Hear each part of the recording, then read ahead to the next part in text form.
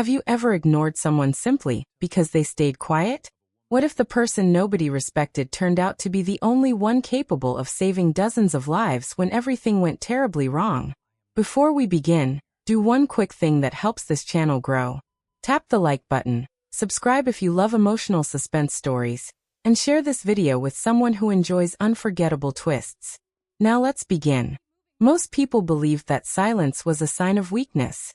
They thought that if someone never argued, never showed off, and never tried to impress others, that person probably had nothing special to offer. They were wrong. Very wrong. Emma Carter worked the night shift at Northridge Veterans Medical Center, a hospital hidden between snow-covered mountains where wounded soldiers, retired military officers, and government employees came to recover. She arrived every evening 15 minutes early. Not because anyone asked her to, because she believed preparation saved lives. Every nurse knew Emma, but very few actually knew anything about her. She never joined long conversations in the break room. She never complained about difficult patients. She never shared stories about weekends or family dinners. She simply smiled politely, finished her work, and disappeared before sunrise. To many people, that made her seem strange. Some thought she was shy. Others believed she lacked confidence. A few simply ignored her. The loudest person on the ward was former Army Sergeant Ryan Brooks. After surviving an explosion overseas, Ryan had spent weeks recovering from multiple surgeries. Pain made him impatient. Boredom made him sarcastic. Every evening he searched for someone to joke about. Unfortunately, Emma usually became the target. As she walked past his room carrying medication, Ryan smiled at the other patients. Here comes the world's quietest nurse. Several men laughed. Emma looked at his chart before speaking. Your medicine is ready. Ryan folded his arms. You always sound like a robot. She calmly checked his wristband. That's because robots don't make medication mistakes. The room became quiet for a second. One patient laughed. Ryan shook his head. So she actually has a sense of humor. Emma gave him the medication exactly as prescribed. Try to get some sleep tonight. I'll think about it. You've been saying that for 3 nights. She walked away before he could answer. Ryan watched her disappear into the hallway. She's weird. The older man in the next bed smiled. No. What? I think she's hiding something. Ryan laughed loudly. What could a quiet nurse possibly be hiding? Neither of them knew the answer. Across the hallway, senior charge nurse Linda Hayes was organizing patient assignments.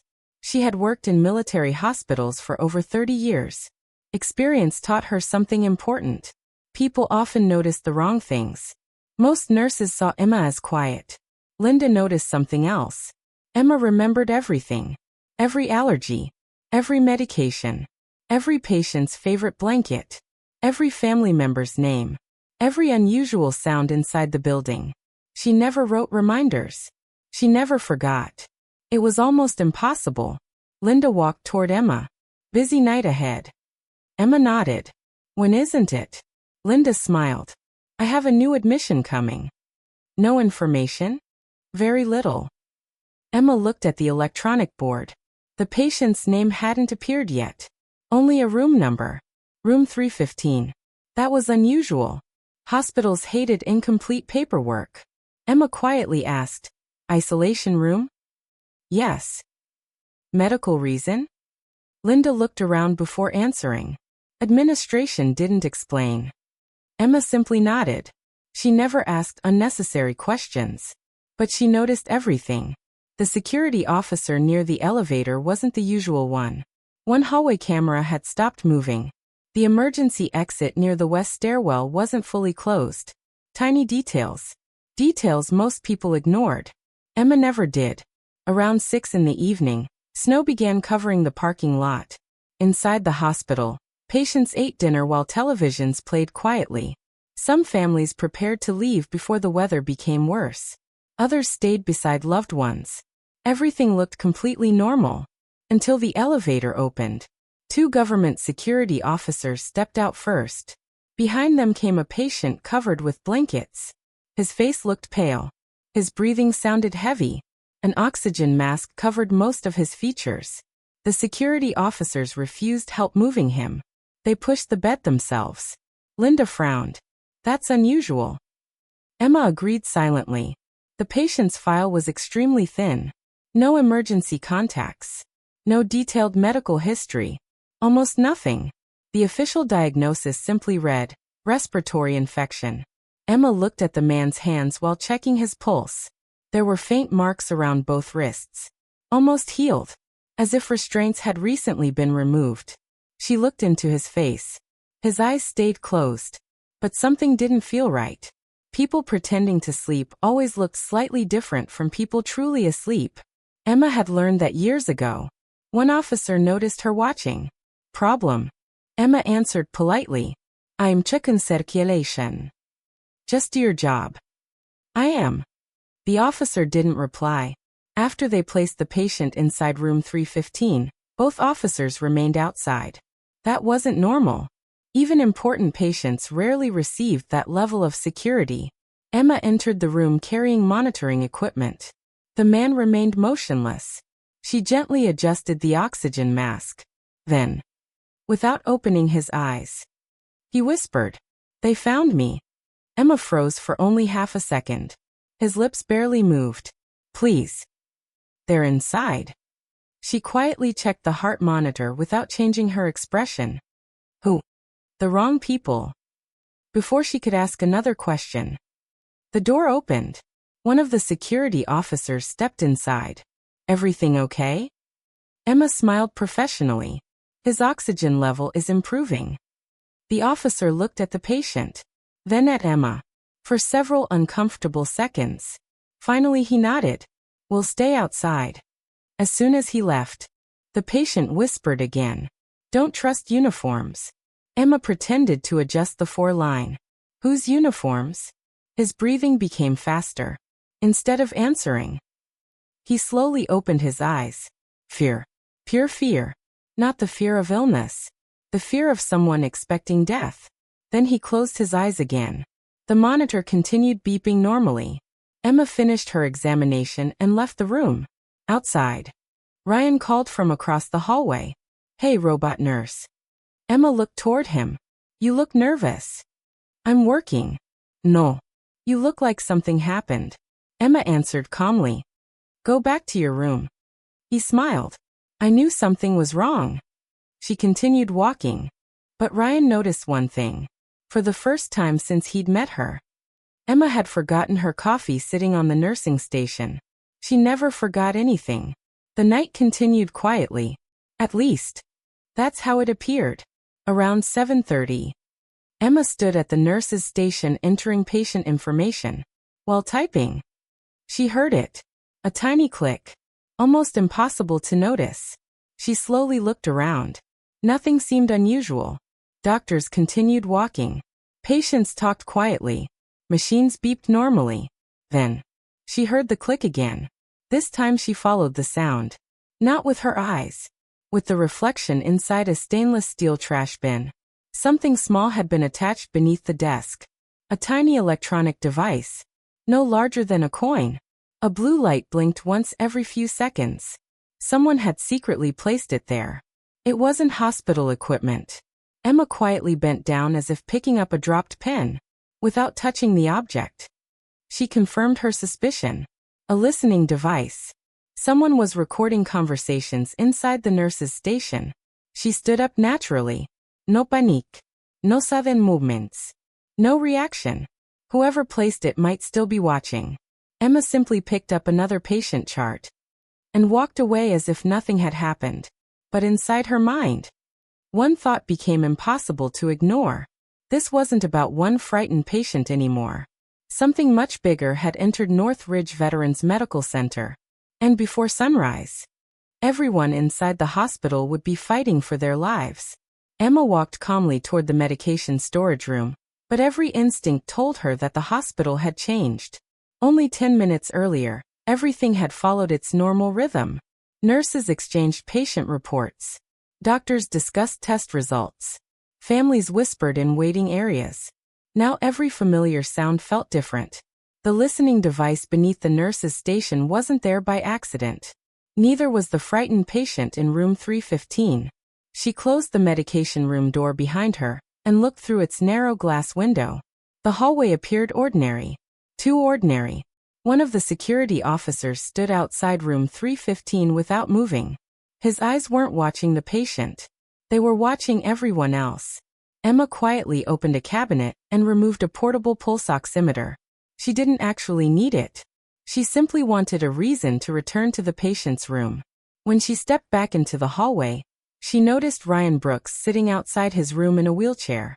"I knew it," he said with a grin. "You actually can leave your little nursing station." Emma didn't stop walking. "You should be resting." "I'm bored." "You've told me that 6 times today. Maybe I'll tell you 7. She almost smiled. Ryan noticed it. "There it is." "What? You almost smiled." "I don't remember doing that." "You did." She continued toward room 315. Ryan watched her disappear around the corner. Something about her felt different. Not scared. Focused. Inside room 315, the lights were dim. The patient still appeared unconscious. Emma closed the door softly before checking his oxygen. His eyes opened immediately. "You came back. I said I would." He looked toward the door. "They're listening." "I know." His breathing became quicker. "You found it." "Yes." He closed his eyes for a second as if relieved. "Then they're already late." "What does that mean?" Before he could answer, footsteps approached outside. Emma immediately resumed checking the monitor. The door opened. Dr. Michael Reed entered carrying a tablet. He was one of the hospital's senior physicians. Calm. Respected. Highly experienced. "Everything stable?" he asked. Emma nodded. "Vitals are acceptable." Dr. Reed looked at the patient for several seconds. Longer than necessary. Then he turned toward Emma. "Administration wants this patient disturbed as little as possible." "I understand. No unnecessary conversations." "I understand." He gave her an unusual smile. Not friendly. Not unfriendly. Simply careful. As he walked away, Emma noticed something strange. He never looked at the patient's medical chart. Every doctor checked charts. Every single one. Unless they already knew everything inside it. Emma left the room a minute later. Linda Hayes met her halfway down the corridor. "You look like you're thinking." "I am. Bad." Emma answered honestly. "I don't know yet." Linda lowered her voice. "Then tell me what you do know." Emma glanced toward the nurse's station. Someone installed surveillance equipment. Linda stopped walking. "What?" "I found a listening device." "Did you report it?" "Not yet." "Why?" "Because I don't know who placed it." Linda slowly nodded. That answer made perfect sense. If the wrong person had planted the device, reporting it to the wrong supervisor could make everything worse. Before either woman could continue, the lights flickered. Once. Twice. Then everything returned to normal. Several patients looked toward the ceiling. Ryan shouted from across the hall. "Please tell me that's not another power problem." One nurse laughed nervously. "It's probably just the storm." Maybe it was. Maybe it wasn't. Emma wasn't convinced. She walked toward the west hallway where a maintenance door stood slightly open. That door was usually locked. Always. She pushed it open. Inside, electrical panels covered the walls. Nothing appeared damaged. But fresh footprints covered the dusty floor. Someone had entered recently. Very recently. Emma crouched beside the prints. Large boots. Not hospital shoes. She touched the dust. Still loose. The person couldn't have been gone for long. A voice suddenly came from behind her. "Looking for something?" Emma turned. A maintenance worker stood in the doorway. She had never seen him before. He smiled politely. "Everything okay?" Emma stood naturally. "I noticed the door open. I forgot to lock it." She nodded. "It happens." He smiled again. "Have a good evening, nurse." She left without another word. But she memorized his face. Hospitals rarely hired temporary maintenance workers during snowstorms. Back at the nurse's station, Linda quietly approached. "Anything?" Emma answered without looking at her. I've never seen that maintenance employee before. Linda frowned. We don't have anyone new tonight. Emma slowly looked at her. Are you sure? I'm responsible for staffing. A cold feeling settled inside both women. If he wasn't maintenance, who was he? Neither woman noticed Ryan watching them from the end of the hallway. He had spent years reading people's expressions during military service. Something serious was happening. Far more serious than anyone admitted. Around 8:30, dinner trays were collected. Visitors slowly left before the snow became heavier. Outside, wind pushed thick white flakes across the parking lot. Inside, silence slowly replaced conversation. Emma completed another round of patient checks. When she reached room 315 again, she found something unexpected. The security officers were gone. Only one man remained outside. Not in uniform. A dark suit. Small earpiece. No identificación by. He stood perfectly still. Almost like a statue. Emma approached. I need to check my patient. The man looked directly into her eyes. He's sleeping. I still need to examine him. No. Emma remained calm. I'm responsible for his care. And I'm responsible for his safety. She didn't argue. Instead, she politely nodded. I'll return in 30 minutes. As she walked away, she noticed his right hand. Tiny scars covered his knuckles. Not office worker scars. Fighting scars. The kind she'd only seen before on military instructors and special response officers. Whatever this situation was, it had nothing to do with respiratory illness. Ryan rolled beside the nurse's station again. You've walked past my room 4 times. Emma looked at him. I'm working. He crossed his arms. You keep saying that. It's true. He lowered his voice. That guy outside 315. What about him? He's carrying. Emma stopped. What? I've spent years around weapons. He nodded toward the hallway. He's hiding a pistol. Emma didn't answer immediately. You should return to your room. Ryan sighed. You're impossible. She started walking away. Then quietly said, Thank you. Ryan blinked. It was the first genuine thank you he'd ever heard from her. He smiled to himself. Maybe she'd finally started trusting him. At exactly 9:07 p.m. Every computer screen inside the hospital froze. One by one. Nurses stopped typing. Doctors tapped keyboards. Nothing responded. Within seconds, patient records disappeared from every monitor. Then the emergency backup system activated. The lights dimmed. Red emergency strips illuminated the floors. An automated voice echoed through the building. Temporary network failure. Please remain calm. Several patients became anxious. Children visiting relatives started crying. Phones lost their connections. Hospital Wi-Fi desaparerat. Emma looked toward Linda. Neither woman spoke. They already knew. This wasn't an ordinary system failure. Across the hallway, the man outside room 315 slowly reached into his jacket. Not for a phone. Not for a radio. For something else. Emma's heartbeat slowed instead of speeding up.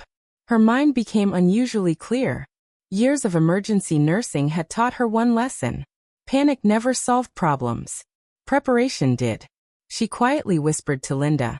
Move the patients who can't walk toward the inner hallway. Linda understood immediately. What reason should I give? Emma answered. Tell them we're checking emergency equipment. Linda nodded and began organizing the nurses. Everything looked routine. Beds moved one by one. Equipment carts changed positions. Extra oxygen tanks appeared in the hallway. No one suspected these weren't ordinary preparations. Except one person. Ryan watched every movement. He slowly stood despite the pain in his shoulder.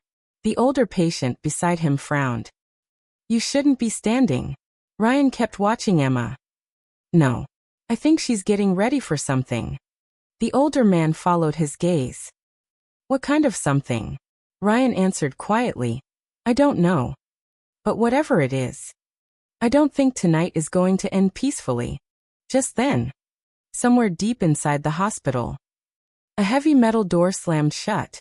The sound echoed through every hallway. Emma slowly turned toward the noise.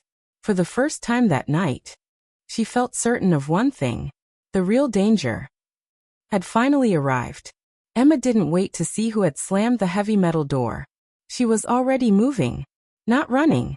Running spread fear. People followed calm voices, not panic. She walked quickly toward the inner hallway where Linda was helping two elderly veterans move their beds away from the outer corridor. Everything still looked organized. But beneath the calm, everyone could feel it. Something was terribly wrong. Ryan slowly pushed himself out of the wheelchair. Pain shot through his shoulder, but he ignored it. The older patient beside him looked worried. "Sit down before you hurt yourself." Ryan shook his head. "I've seen this feeling before." "What feeling?" "The feeling right before everything falls apart." At that exact moment, every emergency light in the hallway blinked twice. Then, the backup generator suddenly shut off. Complete darkness swallowed the hospital. For nearly 5 seconds, nobody could see anything. Patients called for help. Someone dropped a metal tray. A child cried somewhere down the hall. Then the red emergency lights came back on. Only half as bright as before. Emma immediately looked toward room 315. The man in the dark suit was gone. Her heart skipped a beat. She hurried toward the room.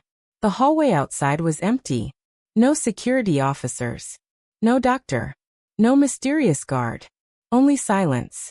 She slowly opened the door. The patient was still lying in bed. But this time, he was awake. Completely awake. He looked directly at Emma. "They've started." Emma quietly closed the door. "Who started?" "The people chasing me." He struggled to sit upright. Emma gently helped him. "You shouldn't move too much." He looked straight into her eyes. "If I stay here, everyone dies." Emma remained calm. "You need to explain." "My name isn't David." She wasn't surprised. "I guessed that. My real name is Nathan Cole." Emma listened carefully. "I work as a cybersecurity investigator." She frowned slightly. "The hospital computers weren't hacked by random criminals." Nathan took a slow breath. "They're searching for something." "What?" "A secure medical server." Emma looked confused. What could possibly be inside a hospital server? Nathan answered quietly. "Evidence." Before Emma could ask another question, a loud crash echoed from another hallway. Glass shattered. Several patients screamed. Linda's voice rang through the corridor. "Everyone stay where you are." Emma looked toward the door. "I'll be back." Nathan grabbed her wrist. His hand trembled. "Don't trust anyone wearing a security badge tonight." Emma gently released his grip. "I'll remember." Outside, chaos had begun. One of the waiting room windows had been smashed. Cold wind filled the hallway. Snow blew across the polished floor. Several visitors huddled together in fear. Hospital staff quickly closed the emergency doors. Ryan stood beside Linda. "What happened?" "No idea." One young nurse pointed toward the security office. "The cameras." Everyone turned. Every security monitor showed nothing except black screens. Linda picked up the emergency phone. Dead. No signal. She tried another. Also dead. Emma quietly spoke. "They've cut communications." Ryan looked at her. "You sound very sure." "I am." A loud voice suddenly echoed through the hospital speakers. Then static. Then silence. A few seconds later, the same voice returned. "Attention. Remain calm. Technical teams are repairing the network." The announcement ended abruptly. Ryan frowned. "That sounded recorded." Emma nodded. "It was." "How do you know?" It repeated the same background noise twice. Ryan stared at her. "You noticed that?" "I notice lots of things." For the first time, he realized people had underestimated her for weeks. Not because she lacked confidence, because she spent her time observing instead of talking. Across the hallway, a frightened little girl clung tightly to her grandmother. Emma immediately walked over. "It's okay." The little girl shook her head. "I'm scared." Emma knelt beside her. "So am I." The grandmother looked surprised. "You are?" Emma smiled gently. "Being brave doesn't mean you aren't afraid." It means you keep helping people anyway. The little girl slowly smiled. Ryan watched the conversation. He whispered to Linda, "I've judged her completely wrong." Linda looked at him. "I figured that out on your first day." Suddenly, the maintenance worker Emma had seen earlier appeared again. He carried a toolbox. Too clean.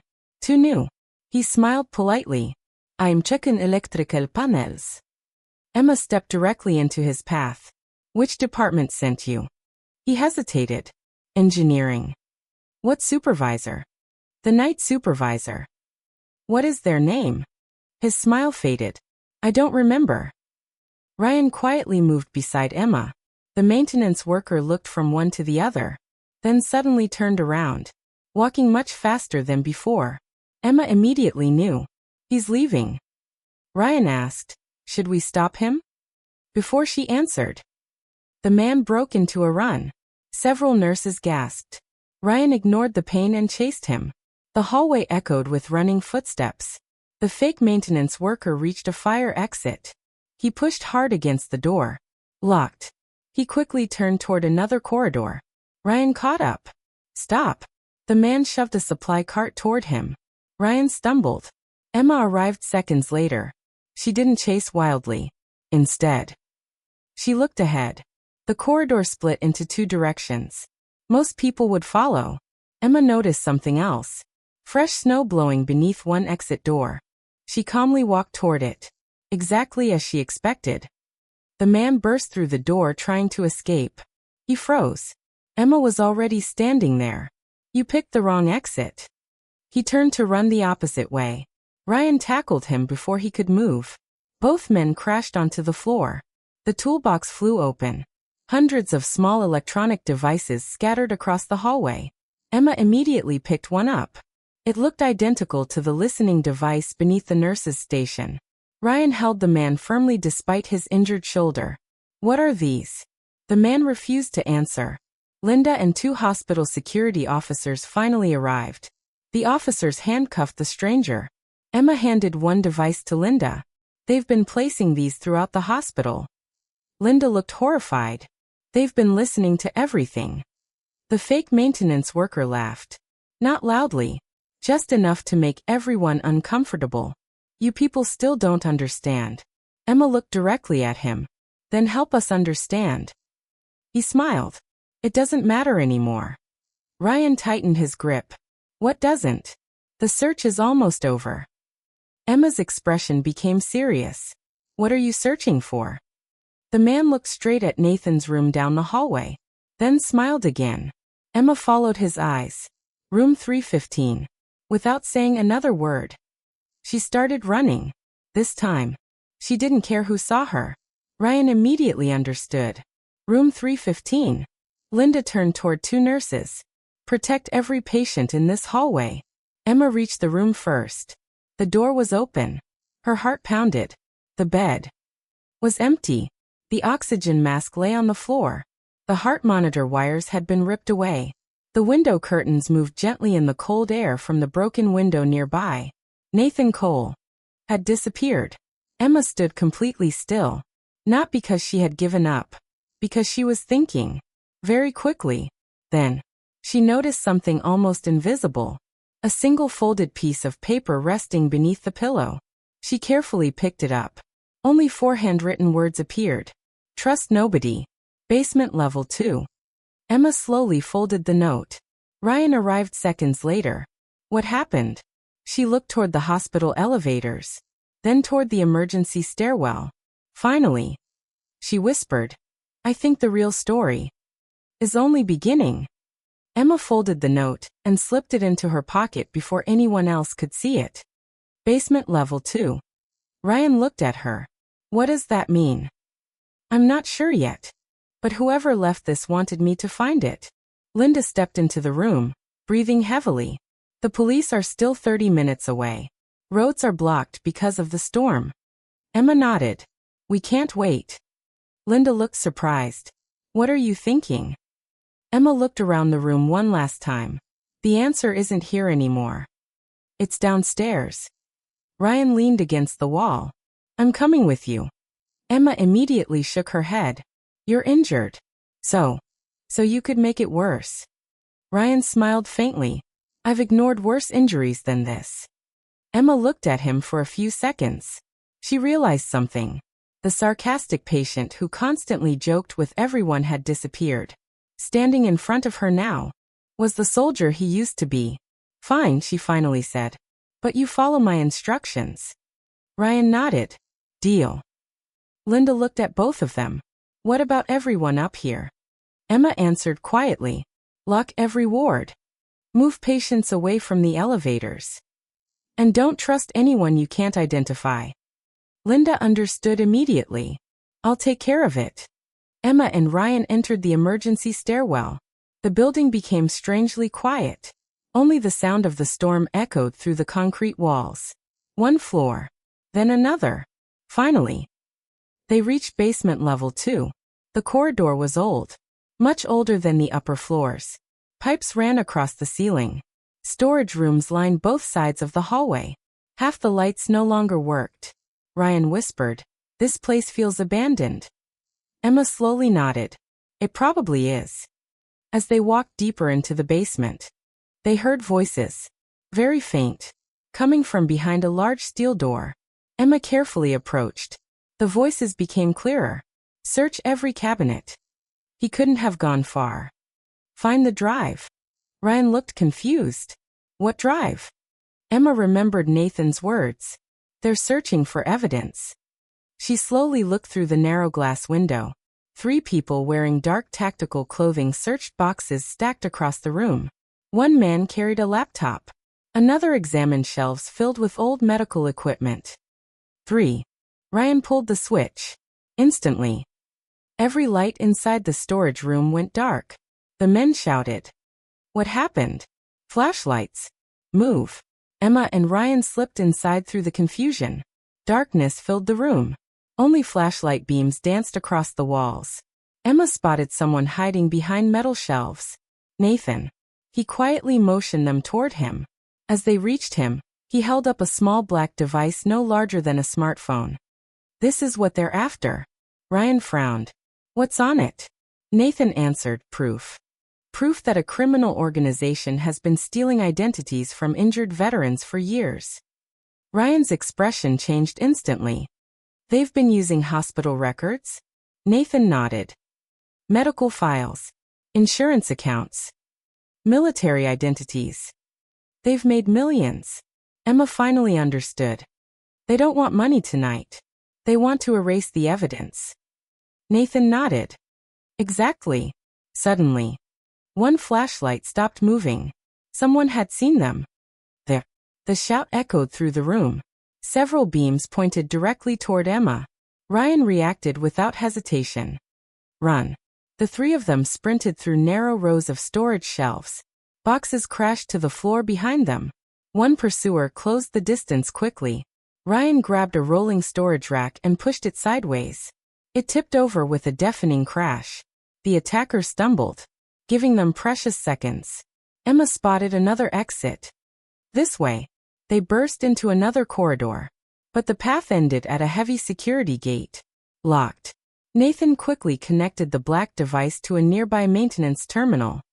Hurry, Ryan said. I'm trying. Behind them. Footsteps grew louder. The gate remained closed. Nathan typed rapidly. Almost.